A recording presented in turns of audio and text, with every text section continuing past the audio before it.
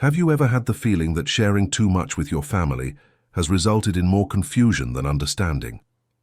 Over the years, many of us have been taught that total honesty is synonymous with love. We believe that sharing everything with those we love is a sign of trust. But time, with its patience and wisdom, shows us another truth. Not everything needs to be said. There comes a time in life when we learn to value silence as much as words, not out of fear or distrust, but out of balance. It's not about hiding the truth or distancing ourselves, but about preserving what is most sacred, our inner peace. The poet Omar Khayyam used to say that there are times when silence is more valuable than 1,000 pieces of advice. He reminded us that there is a difference between speaking what is necessary and speaking what only weighs you down. And after 65, this distinction becomes even clearer. Life takes on a different rhythm, relationships change, and the words that once brought people together sometimes create misunderstandings, expectations, or even unnecessary conflicts. That's why some subjects deserve to be guarded with care, like someone who guards an aged wine, too precious to be served on any occasion. In this video, we'll explore 7 aspects of your life that don't need to, and perhaps shouldn't be, shared with your family after the age of 65. Each of them represents a conscious choice for less tension, more autonomy, and a lighter relationship with the people around you. We're not talking about withdrawal, we're talking about wisdom. You'll realize that sometimes silence isn't absence, it's protection. Stay with me to the end. You may discover that holding back certain words can be one of the greatest signs of maturity. After all, knowing when to keep quiet is also a way of loving, and smiling with serenity can be the wisest response of all. 1. Financial decisions and assets. Talking about money with the family can seem natural. Many believe that opening up bank account numbers, revealing investments, or discussing inheritance is a way of strengthening bonds. But there is a subtle line between transparency and exposure, and once crossed, there's no going back. Over the years, we accumulate not only assets, but also the responsibility to decide how to look after them wisely. However, sharing too much can bring out what the naked eye can't see: silent expectations, disguised judgments, and interference that doesn't always come with good intentions. Even among close people, talking openly about your savings can change the dynamics of relationships. If you say you have too little, criticism or pity can arise. If you say you have a lot, there may be requests, unsolicited advice, or a sudden interest in what you didn't pay attention to before. There are children who, out of love, want to take care of everything. There are grandchildren who, out of zeal or ambition, feel entitled to a say. And there are relatives who, on discovering financial details, subtly change the way they relate to you, not out of malice, but out of projections, fears, or convenience. It can start with a simple question: do you really need to spend that now? Or a subtle comment: perhaps it would be better to save it for the grandchildren. And before long, your choices are measured by what others think is reasonable, not by what you really want. The risk is not just in other people's opinions, but in the psychological effect this has on you. When everyone around you knows everything you have or plan, you can start to feel watched, controlled, limited. That's why keeping certain information secret isn't ingratitude. It's discernment. You have every right to plan what you have built with freedom, to decide what to give away, what to invest, what to enjoy, without justification. Have a clear plan, yes. Leave clear instructions for the future, of course. But that doesn't mean that every detail needs to be shared now. Financial peace also comes from silence. Khayyam reminds us that true wealth lies not in what we own, but in how we choose to live. And living lightly without the expectation or control of others is perhaps the greatest treasure anyone can gain after 65. What you have is the fruit of your story. And only you know how to tell that story, or when to keep quiet. It's not the coin that weighs, but the gaze of the one who desires it. Omar Khayyam 2. Health problems that don't require urgent attention. Getting older brings with it signals that the body insists on sending: a backache, a knee that creaks when climbing stairs, tiredness that comes on earlier, or digestion that is no longer the same. These small changes are part of the journey, like the gentle fading of a leaf in the fall. They are not tragedies. They are reminders that time is passing, and that we are alive.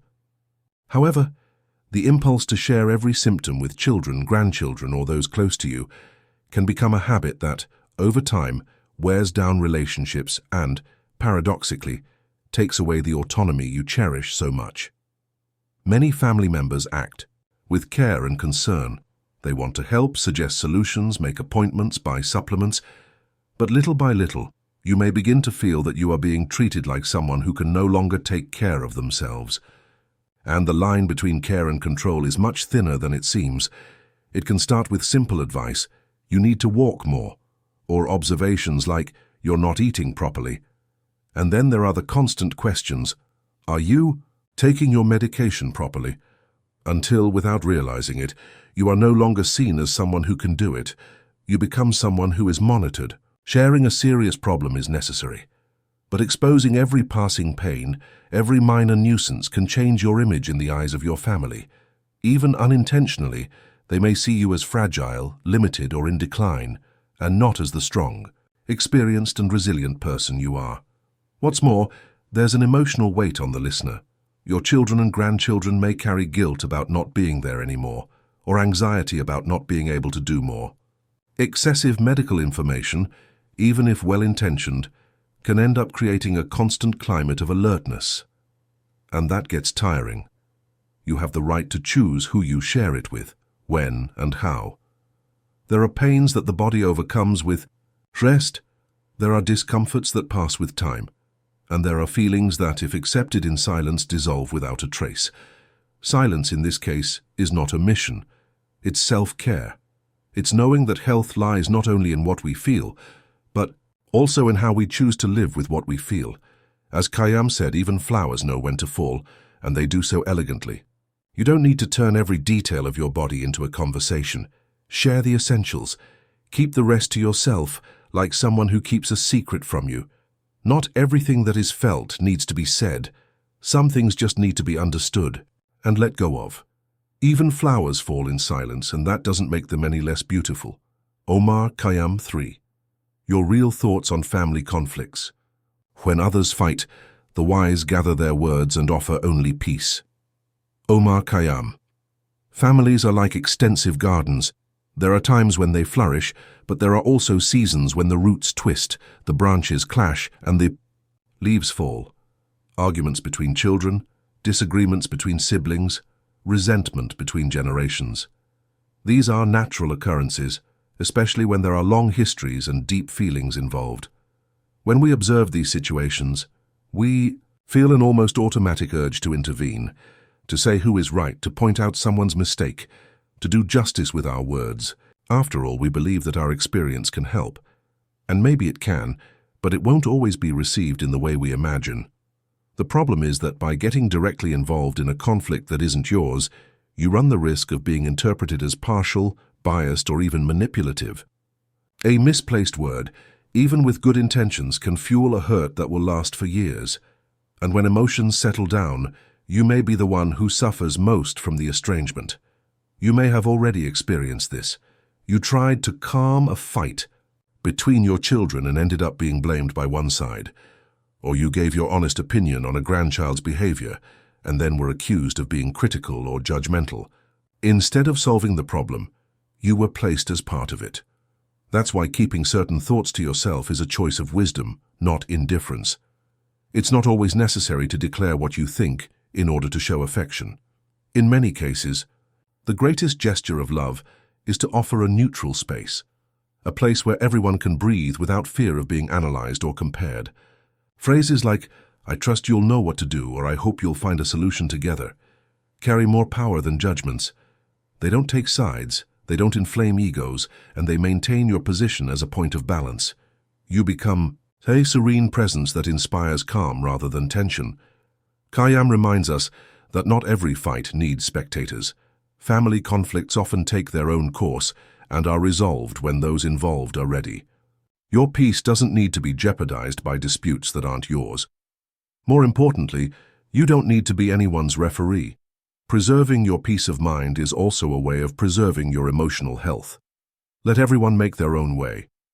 Be a beacon, not a compass. If what you say can heal, say it. But if what you think can hurt or divide, keep it to yourself. There is strength in the silence that seeks harmony, and there is greatness in knowing when it's best just to listen. 4. Your regrets about the past. With age, it's natural to look back more often. We review our decisions, revisit paths we've taken, and others we've stopped following. Some choices seem to have been wise, others may have cost more than we imagined. Regret, in this context, appears as a discreet but persistent shadow. Many believe that sharing these feelings with children or close family members is a way of creating intimacy or passing on lessons. And indeed, there is value in sharing experiences. But there is also a silent risk, that of unintentionally hurting hearts that were not prepared to interpret what you really meant. If you say you regret working too much, a child may understand that it wasn't a priority.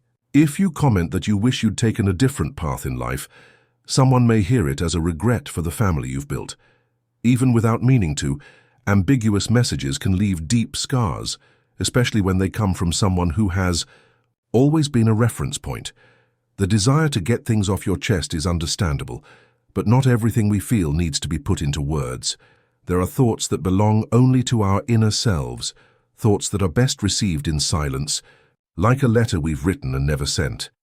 This doesn't mean repressing feelings, but rather choosing the right time and space to process them. Sometimes what seems like a desire to share is actually a need for understanding, and this understanding can come from an internal conversation, a journal, a solitary walk, or even a prayer. Wisdom lies in recognizing that the past cannot be changed, but how we carry it in the present makes all the difference. Regret is like a stone in your pocket, light if it's only yours, but if placed in the hands of those we love, it can weigh more than they should bear. Khayyam invites us to accept what has been. He doesn't deny the time that has passed, but honors it with silence and presence, because to dwell on yesterday is to waste what can still flourish today. If there is something to be learned from the mistakes of the past, let that learning be revealed in the way you live now, with more tenderness, more listening, more presence.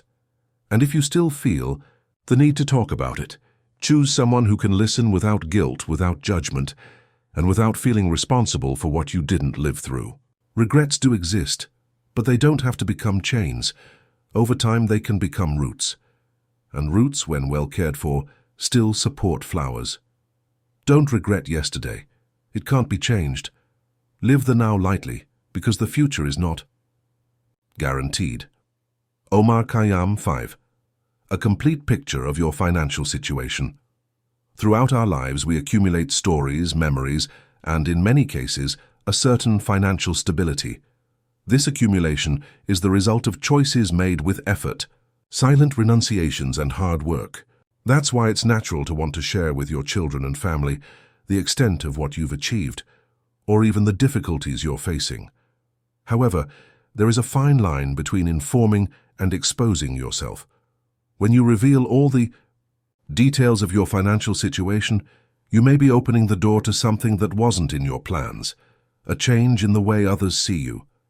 If you say that you are financially comfortable, you may raise expectations.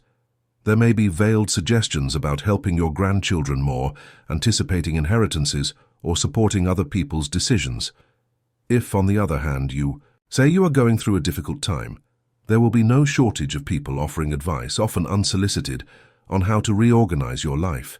In both cases, the result is the same. Your freedom begins to diminish. You become someone whose decisions are evaluated through the lens of judgment, expectation, or criticism. Khayyam teaches us that there is wisdom in keeping certain riches hidden, not out of selfishness, but out of protection.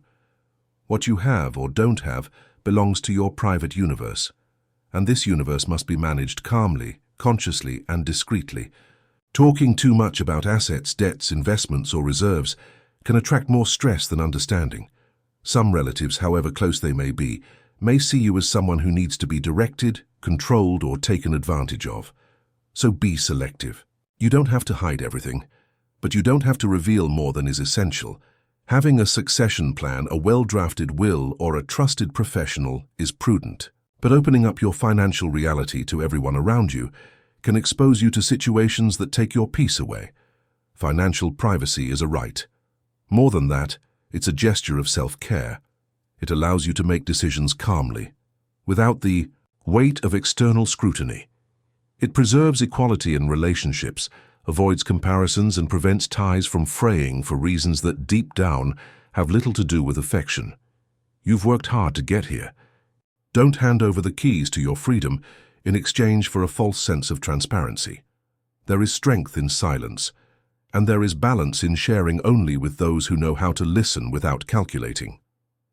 He who reveals all his gold soon finds himself surrounded by broken mirrors.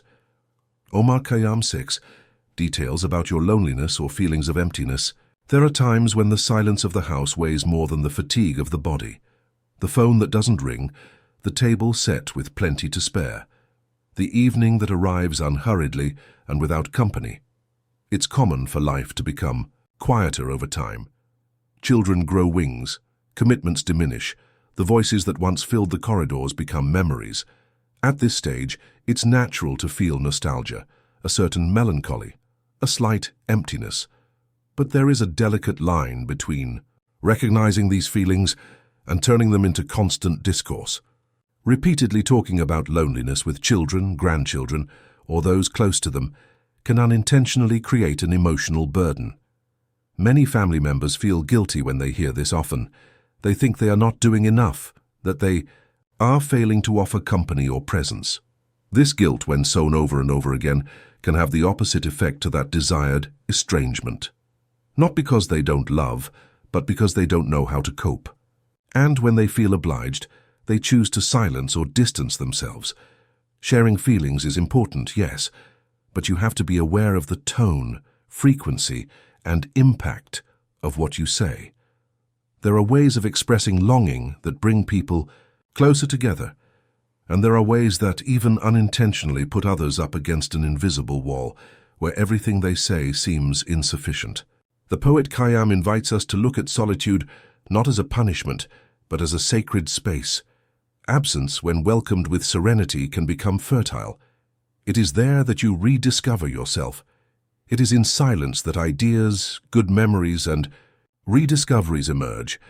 Allow yourself to turn this quieter time into something beautiful. Rediscover an old taste, a song you used to play when the house was full. Write letters even if they aren't sent. Read poems aloud, even without an audience. Create moments of beauty just for you. Solitude, when lived well, doesn't hurt. It strengthens. This doesn't mean denying the desire for company. It means recognizing that not all silence needs to be fought. Some empty spaces exist for you to breathe, reflect, and reconnect with what has long been forgotten inside you. Sharing difficult moments is human, but choosing what to say, when to say it, and how to say it, it's a gesture of love, for both the listener and the speaker. Not all emptiness is pain. Some are just pauses, and every well-lived pause can be the start of something new. Emptiness is not an enemy. It is the space where the spirit breathes. Omar Khayyam 7. Expectations about how others should repay you for what you've done for them.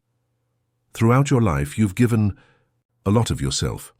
You've offered care in difficult times, support when no one else was around, wise words when doubts took hold. You've often given up on yourself, thinking of others, taking care of everything like someone who plants a garden so that others can pick flowers. And it's human to expect something in return. Not necessarily declared gratitude, but at least gestures of recognition, a look of affection, or the care that now in another phase of life you would like to receive. But when this expectation becomes recurrent, something silent begins to set in. Resentment. The mind asks, "Don't they see what I've done for them?" Or, "Why don't they call anymore? Why don't they ask how I'm doing?" These questions are understandable, but the longer you wait, the more you suffer. And often what seems like indifference is just the other person's way of dealing with life, with time, with their own limitations. The truth is that it's not always those you've helped who will repay you. And as painful as it may seem, this is one of the most liberating lessons of maturity. When you give something with true love, it must come from you without strings attached. As Khayyam said, a good deed should be like perfume. It spreads, it touches whoever is around, but it doesn't return to the flower that produced it. Expecting recognition is human, but turning it into a charge leaves room for hurt feelings to accumulate. The generous gesture that was once light becomes heavy and turns into a bitter memory. The gift becomes a debt, and the relationship becomes unbalanced. This doesn't mean that you shouldn't be valued, but perhaps value comes in a different form. Sometimes it comes in the words of others, in small attitudes, in memories that will only be understood later. Or perhaps it comes indirectly, when a child brings up their grandchild with the same care they once received from you. It is possible to live with an open heart, without carrying the frustration of not receiving what you imagined. True lightness lies in giving and letting go. Life doesn't always give back at the time or in the way we expect. But it does, albeit unexpectedly, albeit by unknown hands. What was done with love remains. You don't have to count it. And those who live, without expecting a specific return, live more freely. Go on offering your best, but walk lightly like someone who sows for joy, not for a guarantee, because everything given with true love is worthwhile in itself. The good you offer with an open hand should not come back as debt, but as perfume in the air. Omar Khayyam, keeping certain things is not a sign of coldness or detachment. It's just the quiet wisdom of someone who has understood that maturity invites us to talk less and live more. Not everything needs to be said. Not every answer needs to be offered. Sometimes true peace does not lie in what we explain, but in what we choose to keep silent. Omar Khayyam, with his simple and profound wisdom, said, "Don't be sorry, don't cover it up. Just live, like wine in a glass, surrender to the now." And that's what well-chosen silence represents, a toast to the freedom to be who you are, without depending on the validation of others. Today we're talking about 7 secrets, 7 points of life that, if kept with care, can give you more peace of mind, less conflict, and a lighter coexistence with those you love. If any of these reflections spoke directly to you, write in the comments which of the 7 secrets touched you the most. It could be a number, a word, or if you prefer, a respectful silence, because even silence, when it's true, says a lot. If this video brought you clarity or comfort, consider liking it, subscribing and sharing it with someone who also needs to hear it. Our channel is a space made for you, who continue to live with sensitivity, courage and beauty, even in the face of time. May your journey continue with lightness, and may now always be your best place. See you in the next video.